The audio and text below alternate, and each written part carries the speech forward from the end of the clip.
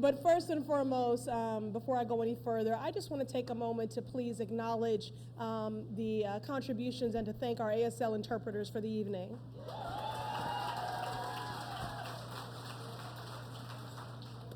It is truly an honor to be here with all of you and to receive this recognition alongside my sister in service, who has been an unflappable leader centering essential issues like maternal health justice and gun violence. Dr. Besser, thank you so much for centering the humanity and dignity of people, being patient-centered, and being intersectional. Congratulations to both of our honorees. You know, when I was elected to Congress in the 116th Congress, we were at that time touted as the most diverse Congress in the history of Congress, an unprecedented representation, the first pro-choice majority Congress in the history of Congress. And in that time, what I wanted to ensure was that those were not just talking points. And I can assure you that there is power in representation. We're making strides every day in advancing policies that are more intersectional and representative of people's lived experiences, because we do have at this time unprecedented representation, righteous representation. That being said, because it is unprecedented, does not yet mean that we have parity. We are not yet there. But we are making progress, and I think collectively we have proven with the increased representation of the most marginalized of identities how important it is. When you have policies being developed through a completely monolithic and homogenized prism, it is a disservice to everyone. And so now we're at policy and decision-making tables in the corridors of power, affirming that representation matters.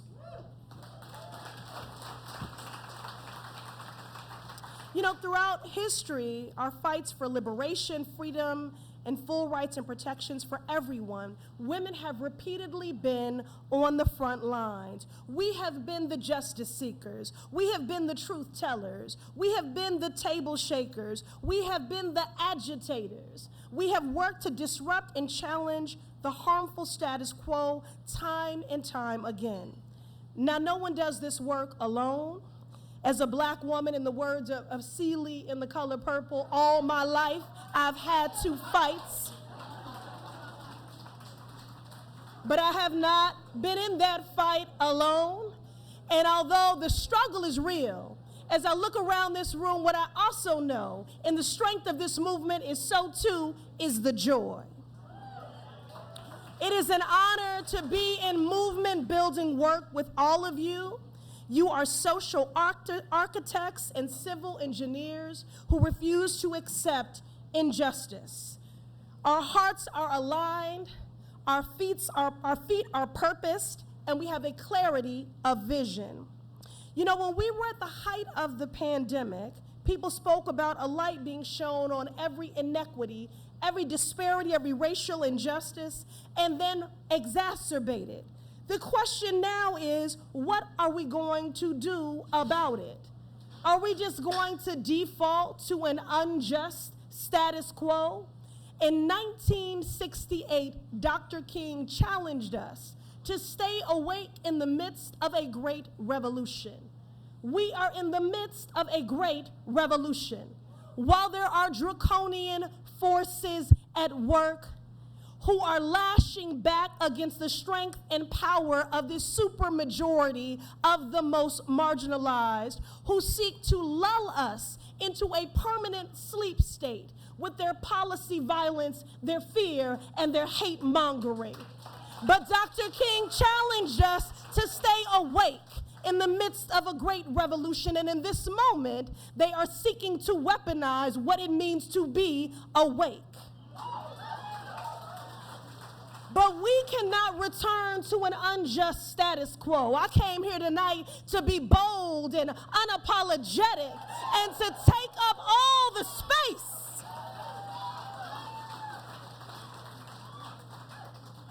We cannot return to an unjust status quo, wherein deep inequities rooted in gender and racial biases are systemic in just about every facet of our society, an unjust status quo where people say that they value the labor of women, but they don't give a damn about our lives.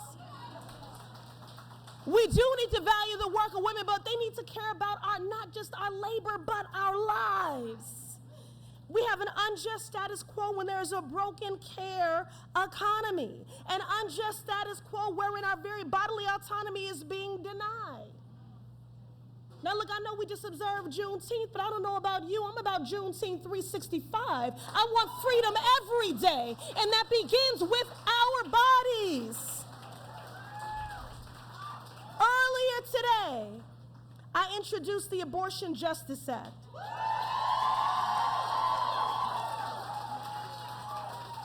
A bill that is practical and unapologetically aspirational. It is technical and forward-facing and specific in detailing how to maintain care, normalize wraparound services, and to dismantle systemic barriers to abortion access. Policy is my love language. And that is because every injustice is one that was codified in a budget or legislated. So we know what it is to live in the residual aftermath and the presence of legislated hurt and harm. But we deserve to know what it is to live in a present and a future of legislated equity, healing, and justice. We are seeing the opposition firsthand. They have enlisted state legislatures, the lower courts all the way to the Supreme Court, as co-conspirators in their regressive legislation across this country. So Congress must stand in the gap. Now, look, I've had the humbling honor of serving in Congress now for 4 years almost. Prior to that, I was on the city council for 8, and I was an aide for 16 years. Now, I would never give short shrift to my black girl magic. My husband wouldn't let me. But there's no magic. This has been a whole lot of black woman work. And I've been at this long enough to know that more often than not, government does not lead, but it does respond.